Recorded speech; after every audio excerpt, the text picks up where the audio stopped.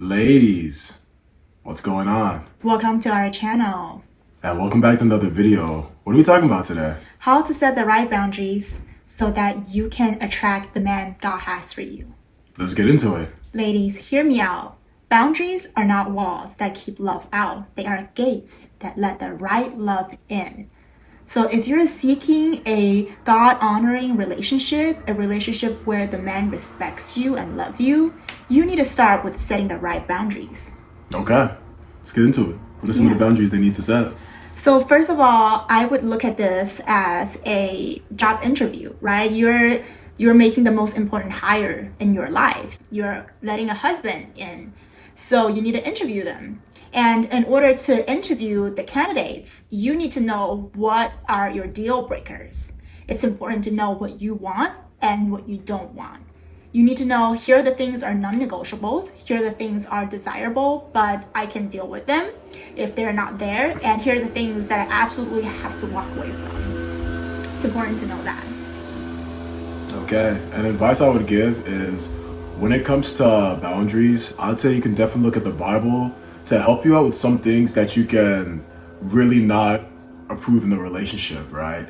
For example, let's talk about sex. I know it's a topic that a lot of people don't really want to talk about, but if biblically you're not supposed to have sex before marriage, having that boundary to where you don't have sex until you're married, that could be something that could easily weed out the wrong guys. Because if a guy's intention is just to have sex with you and that's what he's looking for, not a relationship that leads to marriage, if that's a boundary that you have and you say it early on when you guys are dating or maybe even on the first date, whenever the right time is, right, you'll definitely have an opportunity to see the guys who are actually in it for more, because one or two things will happen. You'll have men that even though you say what you said, they're still going to try to sleep with you because it's kind of like a game. Okay, this girl, she said she doesn't have sex. Let me see what I can do. And B, you have the guys that actually want to marry you that stay, because number three, the guys that are just in it for the quick sex and they see it as too much of a difficulty, they're going to leave. But I would much rather you guys be spending time with people who actually are in it for you. It doesn't mean you can't slip up, and Bible says rash man falls and gets up 7 times. But at the same time, it is different if a man's intention is solely to sleep with you versus to stay versus to stay married, be with you, and then have sex in a marriage. So please, ladies, keep that in mind. 100%. What my husband said, when I was dating, before I met him, I was dating this guy for 3 weeks and I never once had sex with him. And after 3 weeks, he just disappeared because he was in it for the sex. And my next point would be to communicate with confidence, not with fear. It's important once your boundaries are broken or if they are being stepped on, you communicate clearly and confidently, hey, this is important to me and this is a non-negotiable, it's a deal breaker.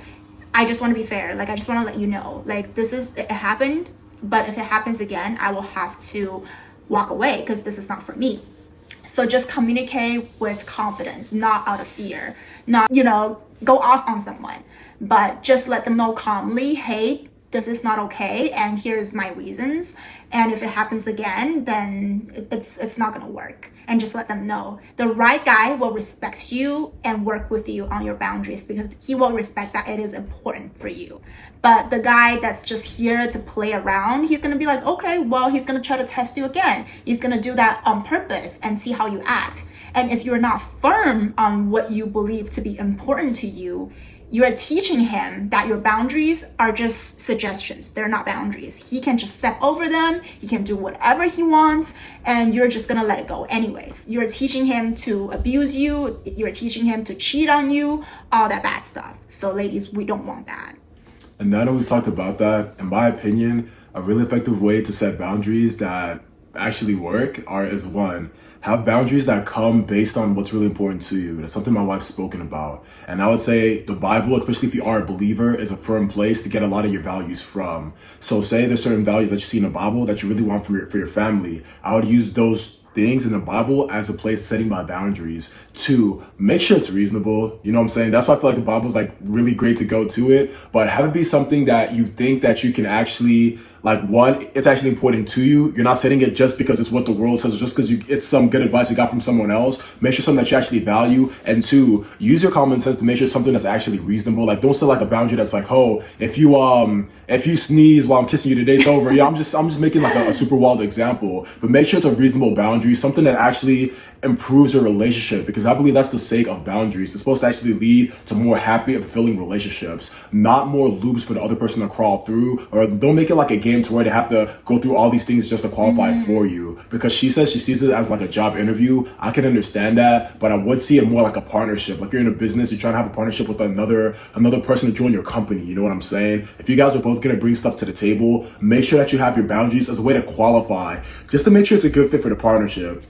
Because not all partnerships should be made, and sometimes when you have a partnership with the wrong company, what can actually end up happening is the company goes bankrupt, hence an unhappy relationship and a divorce. So I don't want that for you guys. So I hope you guys definitely take this video to heart. Anything else you have to say before we break it off? Yeah, I do like the analogy of having a partnership. The reason why I was framing it as a job interview is because I've seen too many people just kind of like giving the job away without an interview, or giving the job away without even knowing what the criteria are, without knowing this is what I need for the job as a husband and this is what I don't want, and they just let anything and anyone in. That's why I'm giving that analogy. But I completely agree, it is a partnership, and it is important to choose your partners wisely, your partner wisely. 100%. So if you guys stay blessed, you guys take it easy, and peace out. Peace.